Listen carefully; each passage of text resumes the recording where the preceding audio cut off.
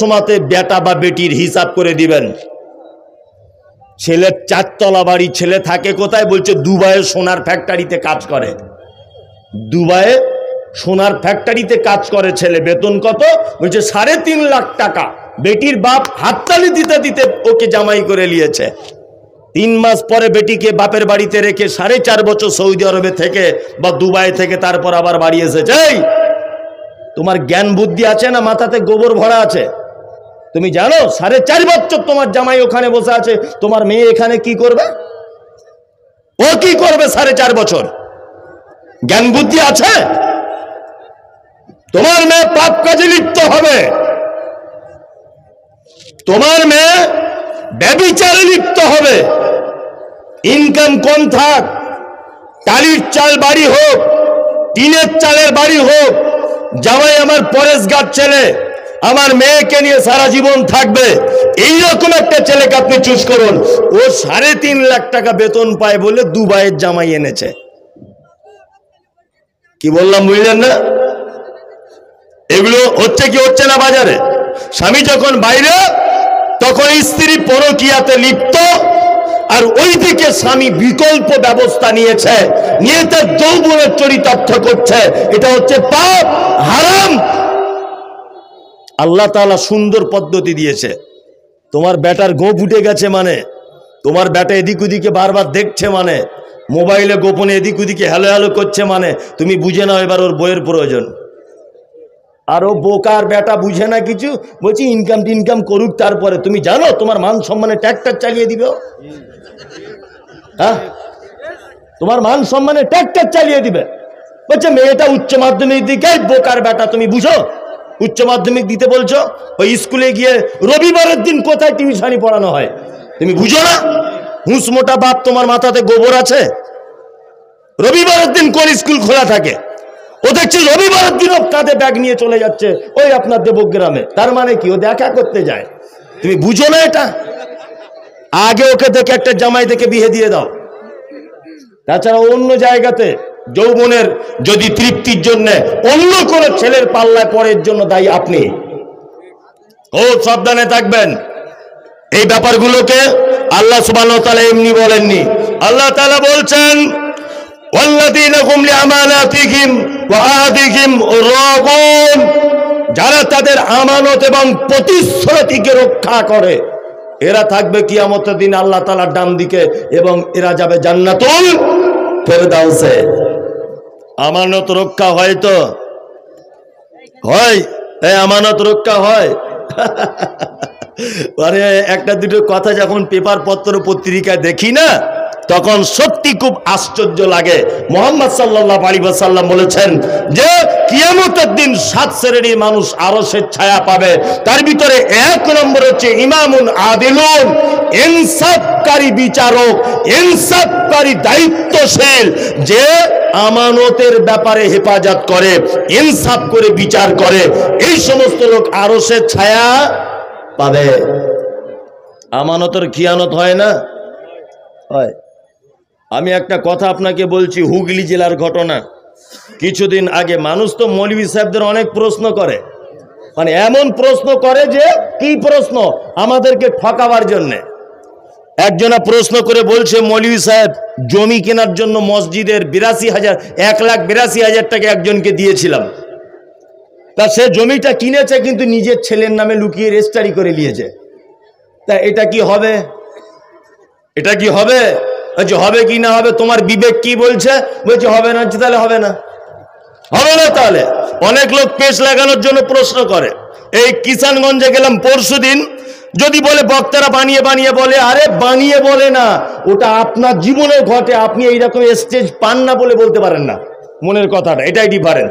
কিষানগঞ্জে গেলাম তো একজন আমাকে লিখে সামনে এসে বলছে যে হুজুর পশ্চিম দিকে পেচ্ছাপ করা যাবে? আমি বলছি একদম যাবে না। ও তখন বলছে যদি মেশিন অন্যদিকে ঘুরিয়ে নিই তাহলে চলবে।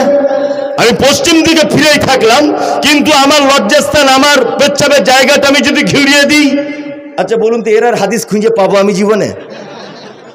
জীবনে পাবো বলুন? এটা গেঁড়া কল নয়, মারাত্মক গেঁড়া কল। বলছে পশ্চিম দিকে ফিরে বসবো কিন্তু আমার পেচ্ছাপের রাস্তাটা ঘুরিয়ে দেবো।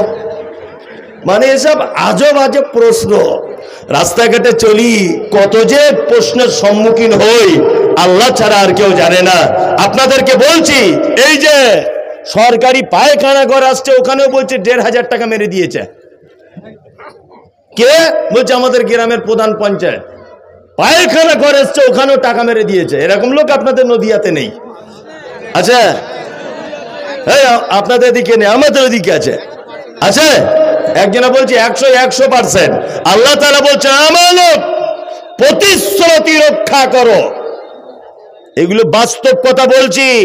জলসাতে সবার সামনে বলছে আমার নামে লিখুন 50,000। হেড মাওলানা তার বাড়িতে টাকা চাইতে গিয়ে গিয়ে পায়ের জুতো ছিঁড়ে গেছে, ওর টাকা আদায় করতে পারে না। এরকম লোক আছে না নেই? আচ্ছা, সবার সামনে তোমার বলার কি প্রয়োজন? 50,000 5,000 পারবে তাই দাও। আল্লাহ তাআলা বলছেন প্রতিশ্রুতি ভঙ্গ করো না, ওয়াদা করলে খেলাপ করে দিও না। আল্লাহ তাআলা তারপরে আবার বলছেন ওয়াল্লাযীনা হুম আলা সালাওয়াতিহিম ইউহাফিজুন, যারা তাদের সালাত সমূহকে হেফাজত করে। এই 5 ওয়াক্ত নামাজ পড়েন কারা কারা? আলহামদুলিল্লাহ অনেকজন পড়েন। আমাদের সমাজে 4 কোয়ালিটির নামাজি পাওয়া যায়। কয় কোয়ালিটির? 4। 1, জোহরে যায়, আসরে যায় না, মাগরিবে যায়, এশাতে যায় না, ফজরে ঘুম ভাঙে না, এই এক কোয়ালিটির। আর এক কোয়ালিটির শুধু জুম্মার দিনে যায়। আবার শুধু জুম্মার দিনে যায় না, গিয়ে ঝামেলা লাগায়। নামাজ পড়ে এসেই মসজিদের বারান্দায় এসে বলে এই আজকে কেন 5 মিনিট দেরি হলো। আর কিছু মাথা মোটা লোক আছে, ওকে পাম দিয়ে ফোলায় আর বলে তুই হচ্ছিস শালা বাপের বেটা, যা বলিস সামনাসামনি বলিস। আর ও তখন আরো বকছে ভাত ভাত ভাত ভাত করে। আসলে ও মানুষ না, ও হচ্ছে গয়াকার ভয়াকার গাধা। কি বললাম বুঝলেন? ও গাধা, জুম্মার দিনে দিনে যায়। আর এক কোয়ালিটির লোক আছে যারা শুধুমাত্র ঈদুল ফিতর ঈদুল আজহাতে যায়, তাই না? আর এক কোয়ালিটির লোক আছে নামাজ 5 ওয়াক্ত পড়ে না জেনে পড়ে। যদি বলছেন এটা কেমন? আল্লাহ বলছে সালাওয়াতিহিম, যারা সালাত সমূহকে অর্থাৎ যারা 5 ওয়াক্তের সালাতকে যারা হেফাজত করে, এরা থাকবে আল্লাহর ডান দিকে আর এরা থাকবে জান্নাতুল ফেরদাউসে। সালাওয়াতিহিম মানে সব সালাত। যদি বলছেন মৌলভী সাহেব সবটাই বুঝলাম, পরে অথচ না জেনে পরে ব্যাপারটা বুঝলাম না। চাচা, ও চাচা, আচ্ছা দুয়ায় কুনুতটা বলো তো। বলছে বাপ বয়স হয়ে গেছে, ওই দুয়াটা অত বড় কি আর মুখস্থ থাকে? যে তাই হচ্ছে, হ্যাঁ চোখে কম দেখি, স্মৃতিশক্তি কমে গেছে, আর দুয়া টুয়া মনে থাকে বাপ, নামাজ পড়ি। যে ভালো। ওই যে লোকটা বলছে স্মৃতি কমে গেছে, চোখে কম দেখি, ওকে 2 টাকা কম দিয়ে দেখুন তো কি করে পরের জমির আলি কেটে নিজের জমি বাড়াতে হয়, মাঠে গিয়ে দেখে আসবেন। চাচা সব জ্ঞান আছে, চাচা শুধু দুয়ার বেলা জানে না, বুঝলেন তো? চাচার বাকি সব জ্ঞান ভালো। এই চাচা বেতের নামাজের দুয়ায় কুনুতটা বলুন তো। বলছে বাপ জানি না। দেখবেন চাচা মসজিদে বেতের নামাজে তুই দুয়া জানিস না তা বলিস কি? ঠোঁট কেন লাড়ছিস? এই একটা সেজদা থেকে উঠে আর একটা সেজদা যাওয়ার আগে মাঝখানে দুয়া আছে না? আছে। চাচা দুয়াটা কি বলুন তো? বলছে বাপ জানি না, তবে নামাজ পড়ছি 30 বছর। ও দেখবেন সব জায়গাতেই ঠোঁট লড়ায়। লড়াই কি লড়াই না? তা ও যদি সব জায়গাতে ঠোঁট লড়ায়, ও বলে কি? তার মানে ও মসজিদে গিয়েও 2 নম্বরই। কি বললাম? বাস্তব বলছি না বাস্তব? 30 বছর নামাজ পড়ছে। অনেক লোক আছে সূরা ফাতিহাটাই জানে না শুদ্ধভাবে, জানে না। আর কতদিনে 2 নম্বরই করে চলবে? সব জ্ঞান টনটনে, আর নামাজের বেলা দোয়া জানো না? কোন জমির কত দাগ নাম্বার এটা জানো? কার সীমানা কোন দিকে এটা জানো? রাস্তার জায়গা সীমানা ঘেঁষে গাছ লাগাতে হয় ঝামেলা করার জন্য, এই বুদ্ধি আছে। পরের জায়গা কুঞ্চি দিয়ে ঘিরে দিতে হয়, এটা টনটনে জ্ঞান আছে। গুড়ে চিনি মেশাতে হয়, এ বুদ্ধি আছে। আর তুমি দুয়া জানো না? বদমাইশি জায়গা পাও না। আল্লাহর দরবারে এইরকম করে পার পাওয়া যাবে না। আর একটা কোয়ালিটি আছে, জোহরে যায়, আসরে যায় না, মাগরিবে থাকে, ফজরে ঘুম ভাঙে না। আছে না নাই? আছে। এই আল্লাহ বলছে সালাওয়াতিহিম, যারা 5 ওয়াক্ত সালাতের হেফাজত করে। বলুন তো, জোহরে যায়, আসরে যায়, মাগরিবে যায়, এশাতে যায়, শুধুমাত্র ফজরে যায় না, এ নামাজি না বেনামাজি? কথা বলুন। এটা খুব গেঁড়া কল যে 4 বার তো গেছে, একবার হয়তো মিস করেছে, তাই না? আপনার ছেলে মাধ্যমিক পরীক্ষা দিবে এবারে ফেব্রুয়ারি মাসে, তাই না? 4টে বিষয়ে পরীক্ষা হবে, 3টেতে 100 পেয়েছে, একটাতে পেয়েছে 0, একেবারেই 0। আচ্ছা বলুন তো, পাস না ফেল? ফেল। জোহরে গেছেন 100তে 100, আসরে গেছেন 100তে 100, মাগরিবে গেছেন 100তে 100, এশাতে গেছেন 100তে 100, ফজরের আজান দিয়েছে মুয়াজ্জিন, আসসালাতু খায়রুম মিনান নাওম। তোমার ঘুম ভাঙলো না, তুমি আরামে বিছানাতে ঘুমিয়ে রয়েছো। তোমার ঘুম ভেঙেছে 7টার সময়তে, তুমি যদি 7টার সময়তে উঠে যদি 2 রাকাত ফরজ নামাজটা অন্তত যদি পড়ে নিতে, তাহলে তুমি নামাজির কাতারে থাকতে। কিন্তু তুমি 7টার সময়তে উঠেছো বলে তুমি আর 2 রাকাত ফরজ নামাজ ছেড়ে দিলে, আর তুমি পড়লে না। তার মানে বোঝা গেল আল্লাহ বলেছে সালাওয়াতিহিম, সালাত সমূহকে যারা হেফাজত করে।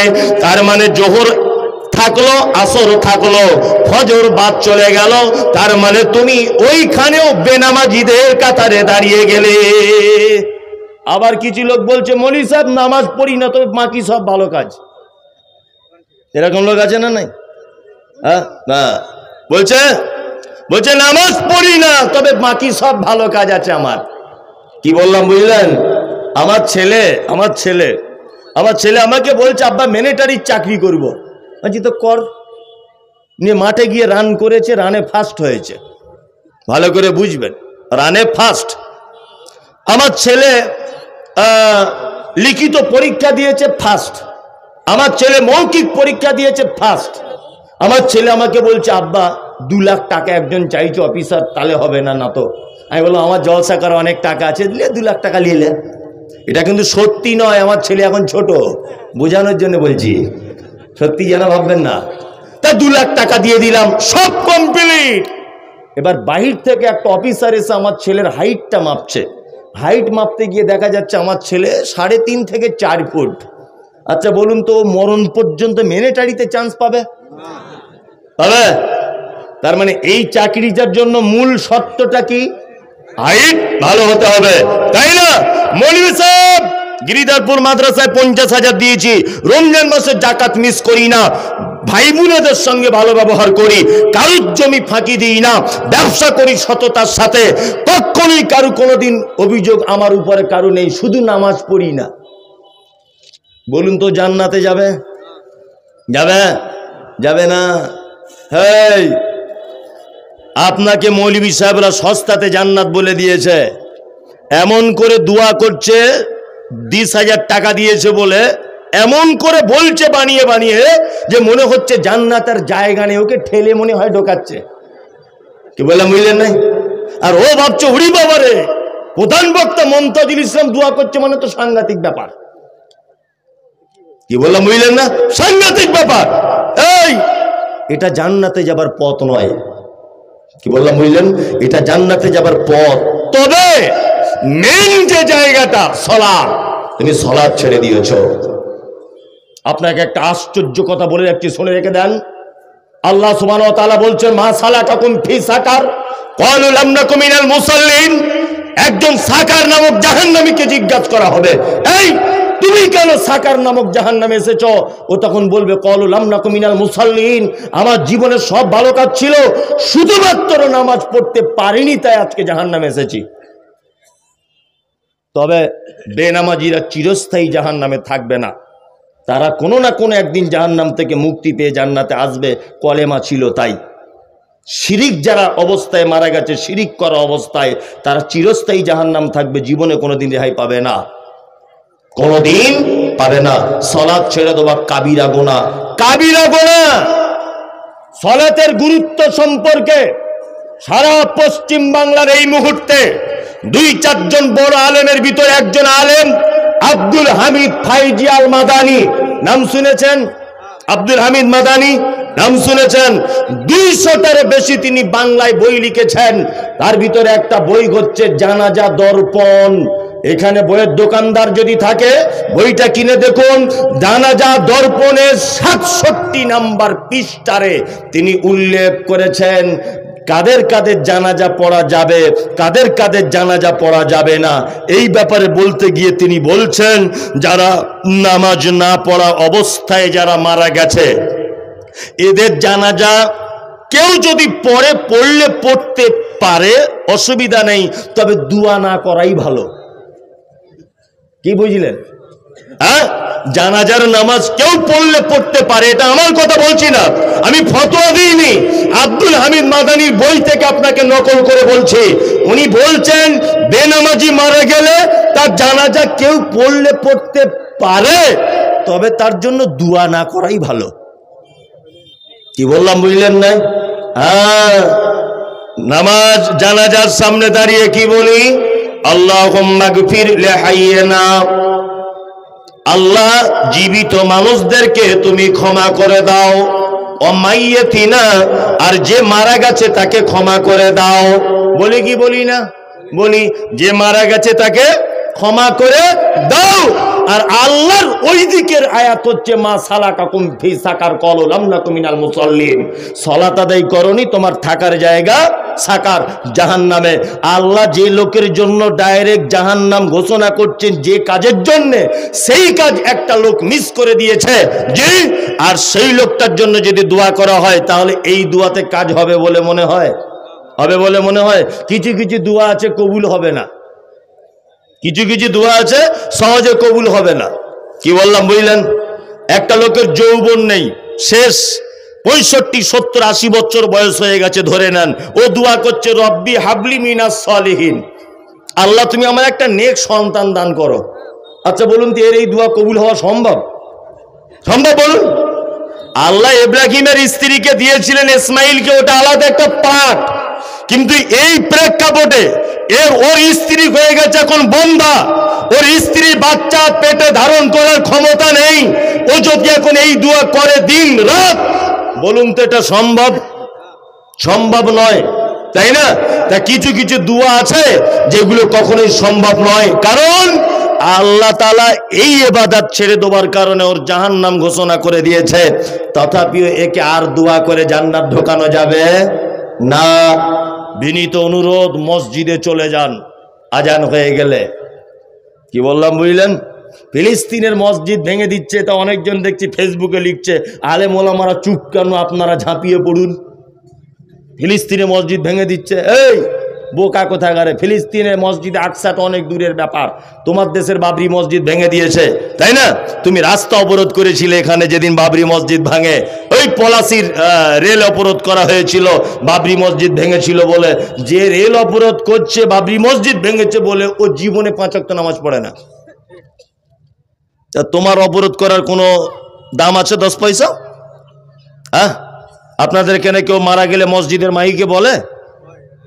বলে? হ্যাঁ, কে বলে? কে? একটা লোক আছে মুয়াজ্জিন বা কেউ আছে, এই আমাদের ফটিক ভাই মারা গেছে, জোহরের পরে জানাজা অনুষ্ঠিত হবে, ওই আব্দুল্লাহদের বাঁশ বাগানে বা আম বাগানে সবাই চলে যাবেন, বলে কি বলে না? আবার বলছে জানাজার লাশ বাড়ি থেকে বার হয়ে গেছে, আপনারা দেরি করবেন না, তাড়াতাড়ি করে আসুন, বলছে না? কার ব্যাপারে বলছে? যে লোকটা জীবনে মসজিদে নামাজ পড়তে যায়নি। তোমার হুঁশ জ্ঞান আছে? হ্যাঁ, লোকটার বয়স 60 বছর, 60 বছরে মারা গেছে, 60 বছরে ওকে প্রত্যেক দিন 5 বার করে মুয়াজ্জিন ডেকেছে হাইয়া আলাস সালাহ, মসজিদে এসো নামাজের জন্য। আল্লাহ সুবহানাহু ওয়া তাআলা মুয়াজ্জিনকে দিয়ে দিনে 5 বার করে ডেকেছে 50 বছর যাবত। একদিনও যে লোকটার মসজিদে আল্লাহর ডাকে সারা দেওয়ার টাইম হলো না, ওই লোকটা মারা গেছে। আর মসজিদের মাইকে বলা হচ্ছে 12টায় জানাজা হবে। মসজিদের মাইক কি আইসক্রিম ওয়ালার মাইক নাকি?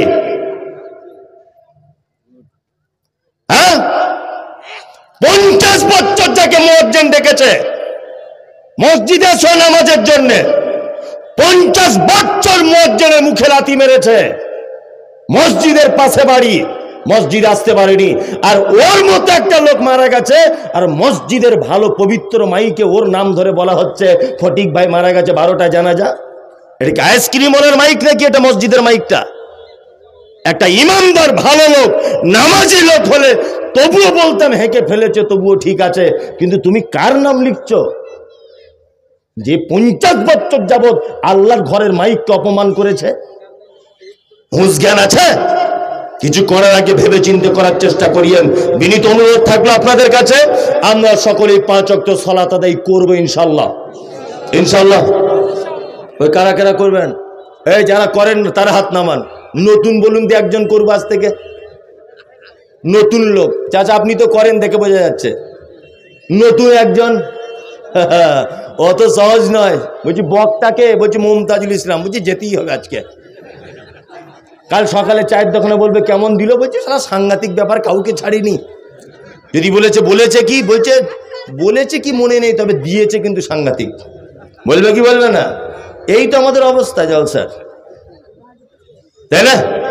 সকালবেলা ঘুম থেকে উঠে টলবে, মনে হচ্ছে 12 দিন হসপিটালে ভর্তি ছিল। মানে এত জ্ঞান অর্জন করেছে, জ্ঞানের ঠেলায় মাথা ঘুরছে ওর, কিন্তু একটাও আমল করতে পারে নি। খুব বিনীত অনুরোধ, আপনি সালাত আদায় করুন ভাই, এটা আপনার কাছে আমার পক্ষ থেকে আবেদন এবং নিবেদন থাকলো। আল্লাহ তাআলা বলছেন উলাইকা হুমুল ওয়ারিসুন, এরাই হচ্ছে উত্তরাধিকারী জান্নাতুল ফেরদাউসের। আল্লাযীনা ইয়ারিসুনাল ফেরদাউসা হুম ফিহা খালিদুন, এরা চিরস্থায়ী ফেরদাউস নামক জান্নাতের ভিতরে থাকবে। কয়েকটা লোকের কথা বলে দিলাম জান্নাতুল ফেরদাউস, এরা ডান দিকের লোক। চলুন বাম দিকের লোকের কয়েকটা চরিত্র আপনাদের সামনে বলে দিই। বলে দিব। এক, বিড়ি খাচ্ছে। ঠিক ঠিক, চাচা ঠিকই বলেছে, একেবারে খারাপ কিছু বলেনি। বসে যান, ঠিক আছে, বিড়ি ছাড়িয়ে দিয়ে যাচ্ছি। বসুন বসুন বসুন, বসুন, বিড়ি ছাড়াচ্ছি, বসুন। এইদিকে বেরোন। কয়েকটা খারাপ কাজ, যে কাজগুলো আপনাকে জাহান্নামের দিকে নিয়ে যাবে, এইরকম কয়েকটা কাজ আপনাকে বলে দিই, ইনশাল্লাহ আজকে থেকে ছেড়ে দেবো। হাত তুলুন, সবাই ছেড়ে দেবো ইনশাল্লাহ। ইনশাল্লাহ ইনশাল্লাহ। এক, চাচারটা দিয়েই শুরু করি। আল্লাহ বলছেন ইয়া আইয়ুহাল্লাযীনা আমানু ইন্নামাল খামরু ওয়াল মাইসিরু ওয়াল আনসাবু ওয়াল আযলামু রিজসুম মিন আমালিশ শাইতান ফাজতানিবুহু লাআল্লাকুম তুফলিহুন। আল্লাহ বলছেন এই তোমরা যারা ঈমানের স্বীকৃতি দিয়েছো, শোনো, তোমাদের জন্য 4টে জিনিস হারাম। কটা? 4টা। এই হারাম থেকে ইনশাআল্লাহ আমরা বাঁচবো ইনশাআল্লাহ। এক, আল্লাহ তাআলা বলছেন ঈমানদার কখনোই মদ পান করিও না। মুসলমান না মদ খায় না, অবশ্য খুব কম, খুব কম। খুব কম না? যারা খায় তো খায়, তবে কম, তুলনামূলক কম। যাই হোক, আল্লাহ তাআলা শব্দ ব্যবহার করছেন খাম, মদ। আসলে মদ কাকে বলে সেটা জানা লাগবে কি লাগবে না? লাগবে। আমরা মদ বলতে জানি 4 জন বন্ধু বান্ধব এক জায়গায় জড়ো হয়ে চপ মুড়ি দিয়ে জুত করে চাট বানিয়ে আর গ্লাসে ঢেলে ডক ডক ডক ডক করে খেয়ে নিলাম। ডান দিকের পা বাম দিকে, আরে 4 তলা বিল্ডিং এর দিকে তাকিয়ে আঙুল দিয়ে বললাম এটা আমার। বাড়িতে বউকে ভাবি বলে ডাকা, তাই না? এর নাম মদ পান করা, তাই না? কিন্তু রাসূলুল্লাহ কি বলছেন? আল্লাহ নবী বলেন ওইটা হচ্ছে নেশা আর ওইটা হলো মদ। এমন এক নেশাদার দ্রব্য যার বেশি পরিমাণ খেলে তোমার মাথার চাকাটা উল্টো দিকে ঘুরে যায়। তার অল্প পরিমাণ যদি তুমি খাও, তার নাম হলো মদ। আমি পানি পান করছি, 1 গ্লাসের জায়গায় যদি 4 গ্লাস পান করি, মাথা ঘুরবে? ঘুরবে? চকলেট খাচ্ছি আমি, চকলেট, ভালো করে বুঝবেন, চকলেট যদি 5টার জায়গায় 10টা আমি একসাথে খেয়ে নিই, মাথা ঘুরবে? ঘুরবে না। তার মানে এটা বৈধ, তাই না?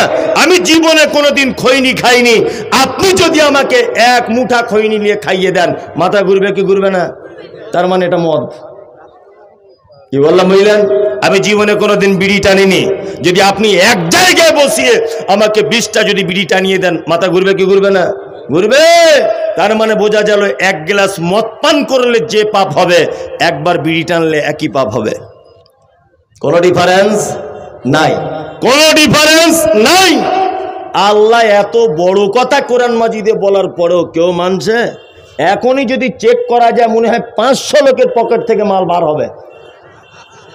হবে কি হবে না? হবে। 500 লোকের পকেট থেকে মাল পাওয়া যাবে। ঠিক বলছি না ভুল বলছি? একদম।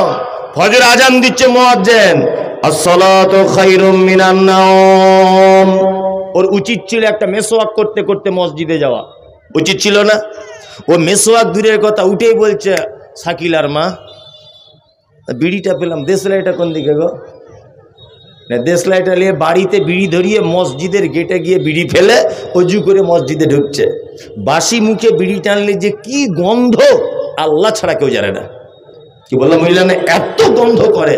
এরকম নামাজি আছে না, তাদের পাশে নামাজ পড়তে দাঁড়ানোটাই বিপদ।